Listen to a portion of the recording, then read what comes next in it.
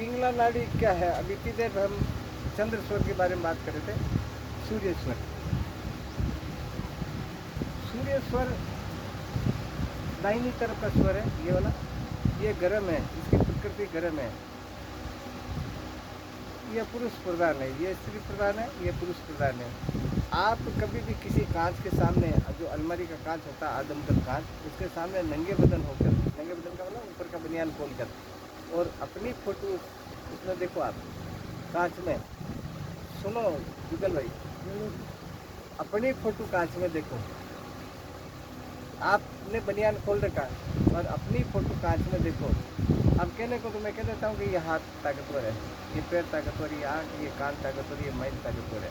लेकिन अपनी आंखों से तो देखो, उस कांच में देखो तो ये फेफड़ा अभी अभी वाली कमीज उतार के आप देख सकते हो, सारे आदमी आदमी है। ये वाला फेफड़ा हल्का सा दबा हुआ, ये वाला फेफड़ा हल्का सा उठा हुआ है, सबका, चाहे स्त्री हो चाहे पुरुष हो।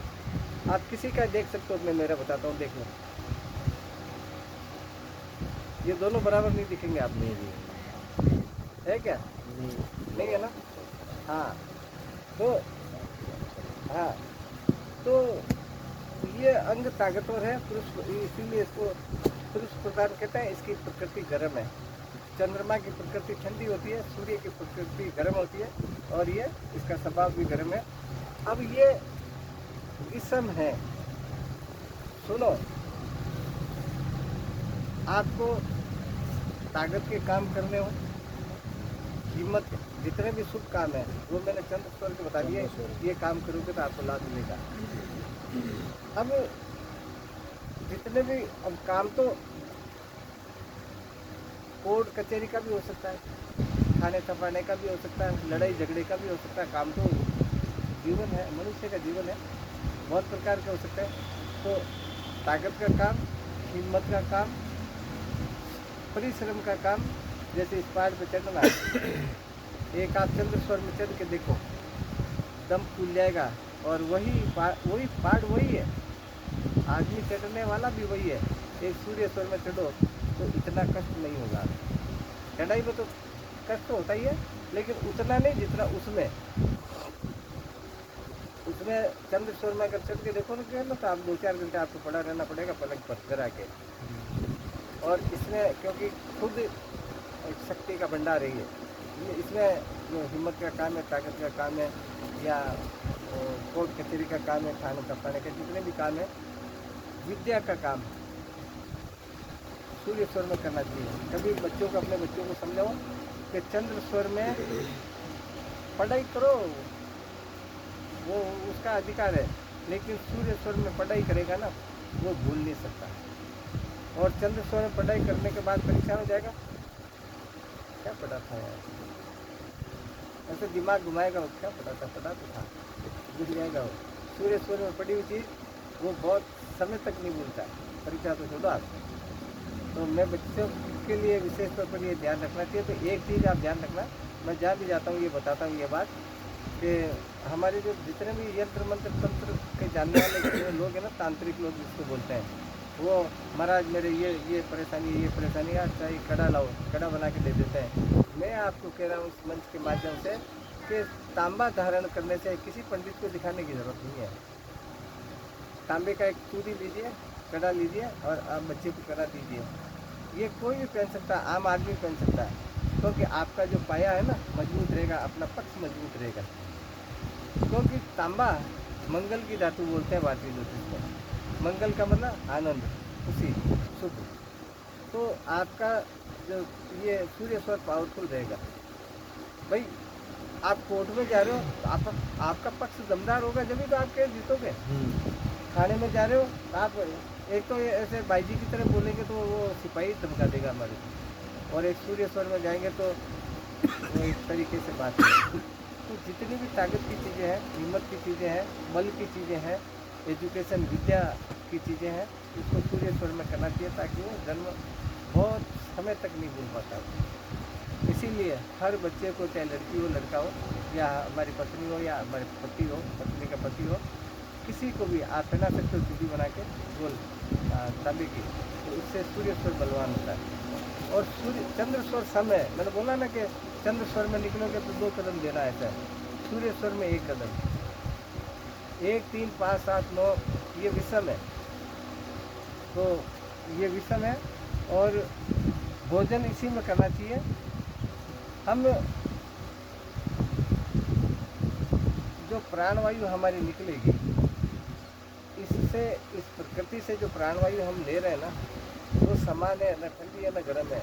लेकिन अगर सूर्य स्वर में आप निकालोगे ना प्राणवायु, तो वो अंदर की हमारी जो गर्मी है उसको निकाल कर प्रेषित करेगी।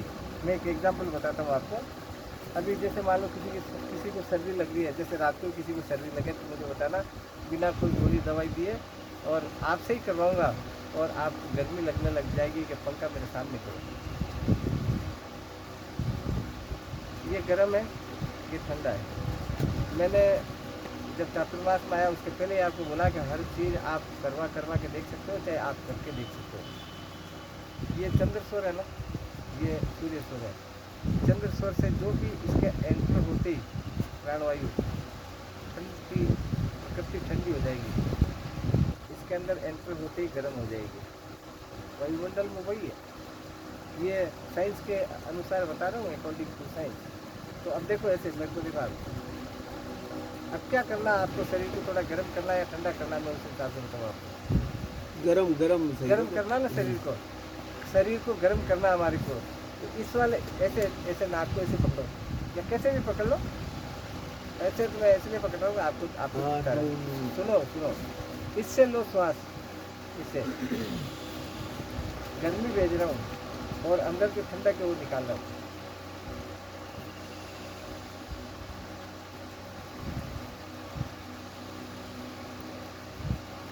इससे सांस लो, इससे छोड़ दो। अनुलोम विलोम जानते हो ना? हाँ, वही है अनुलोम विलोम में एक सीमित प्रक्रिया होती है, लेकिन शरीर को पूरा गर्म करना तो आपको कम से कम 10 मिनट करना पड़ेगा। तो आपको इतनी गर्मी हो जाएगी कि बच्चों को बोलोगे कि यार ये जो कूलर है ना, ये मेरी तरफ कर, थोड़ा ज़्यादा गर्मी हो रही है। वैसे यहाँ पसीना टाइप आ जाएगा।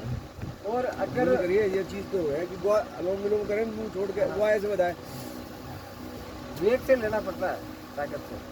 हाँ ये ऐसे कर करके जब गर्माहट तो हो जाए ना हमारा वही आप पता रहा पहला अपन वो चीज़ है तो जाना ना कि भाई ये चंद्र सूर्य के सूर्य अनुलोम विलोम तो जाना वो तो करो। हमारा जो धर्म है, हमारा जो विज्ञान है, सनातन धर्म, वो इतना पावरफुल है, लेकिन क्योंकि अभी नई जनरेशन है ना, नए पढ़े लिखे बच्चे, वो जानते ही नहीं है। मैं आपको बताऊं कि दूध को नापने के लिए लैक्टोमीटर, दूध में कितना पानी है, कितना प्योर है, वो लैक्टोमीटर आता है, वो डालता वो दूधिया डाले हाँ, तो वो डालते ही वो बता देता है इसमें इतना पानी है। बुखार हो रही है तो थर्मामीटर डालते ही वो बता देता है इतने डिग्री बुखार है। स्पीगोमीटर मेरा वो कितना है, वो बता देता, वो दवा के है ना। स्टेथोस्कोप वो ये बता देता आपके कब कितना जमा हुआ इसमें। लेकिन आज तक कोई विज्ञान का, इतना ही श्रोमणी विज्ञान हो, कोई वैज्ञानिक ये नहीं बता पाया कि 2.5 घड़ी ये और 2.5 घड़ी ये चलता तो बदलाव क्या होता है, कोई नहीं बता पाया। और इसकी कोई मशीन आज तक बनी भी नहीं और संभव तो बनेगी भी नहीं। हाँ कि भाई मैं बदल सकता हूँ, कोई डॉक्टर या वैज्ञानिक नहीं कह सकता कि मैं बदल सकता हूँ। लेकिन एक फटी धोती वाला, फटी लंगोट वाला हमारे बाबा जी जो जंगलों में बड़े साधना कर रहे परम पिता परमात्मा की, वो एक सेकंड में बदल देता है। कैसे बदलते हैं ये मैं पिंगला नाड़ी को समझा दूँ, उसके बाद बताता हूँ आपको। तो अब सूर्य स्वर में मैंने कल बोला था कि मेरा पंचांग किस किस के पास है, आपके पास है ना? आपके पास नहीं है ना? आपके पास है, गाड़ी पढ़ाई को ले लेना।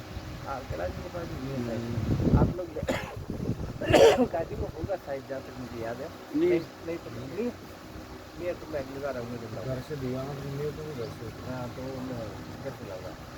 उसमें एक मैंने दे रखा चंद्र भेदी मार्ग और सूर्य भेदी मार्ग।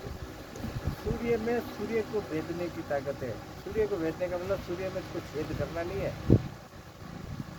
सूर्य को भेदने की, सूर्य से संबंधित तो कोई भी काम हो उसको अपनी ओर खींचने की, उसको भेदना बोलता है। तो सूर्य को सूर्य भेदने की शक्ति होती है सूर्य में।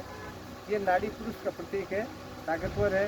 ये मैंने बताया आपको कि रात को सूर्य स्वर मैक्सिमम जितना चला सकते हो सूर्य स्वर चलाना चाहिए, ताकि दिन में चंद्र स्वर चले। और इसकी तो चलने की जो प्रकृतिदत्त नियम है वही है कि कृष्ण पक्ष की प्रथम 3 तिथि सूर्य की, आगे वाली 3 चंद्र की, फिर सूर्य फिर चंद्र फिर सूर्य, इस प्रकार से।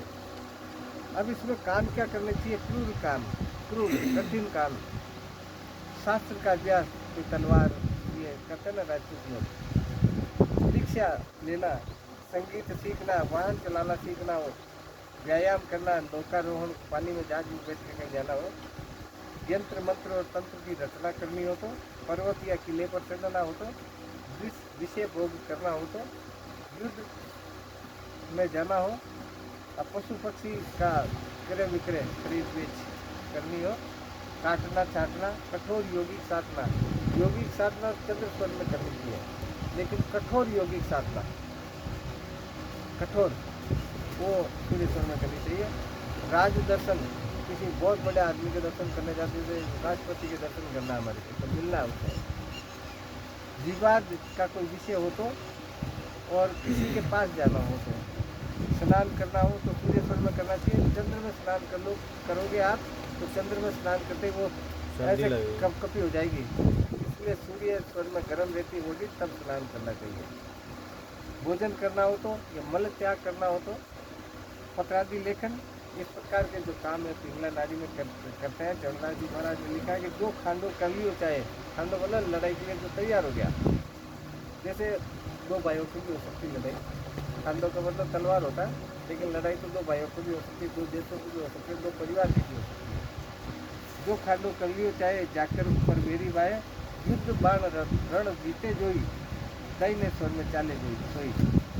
भोजन करे करे स्नाना, मृत्यु कर्म ध्यान पर दाना, वही लिखे कीजिए व्यवहारा, गज घोड़ा वाहन हथियारा, विद्या पढ़े नहीं जो साधे, मंत्र सिद्धि और ध्यान आराधे, मेरी भवन भवन को कीजिए, अरु काऊ को ऋण जो दीजिए।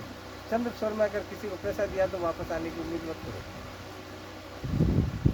अब तो क्या है वापस आने की उम्मीद मत करो।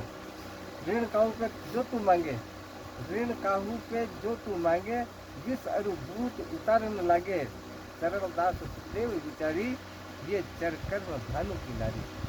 बोले सतगुरुदेव की जय। इस विषय को आज यही समाप्त करते हैं। सुषुम्ना का मैं शाम को बताऊंगा, तो सुषुम्ना में करने की चीज़ें ज़्यादा है।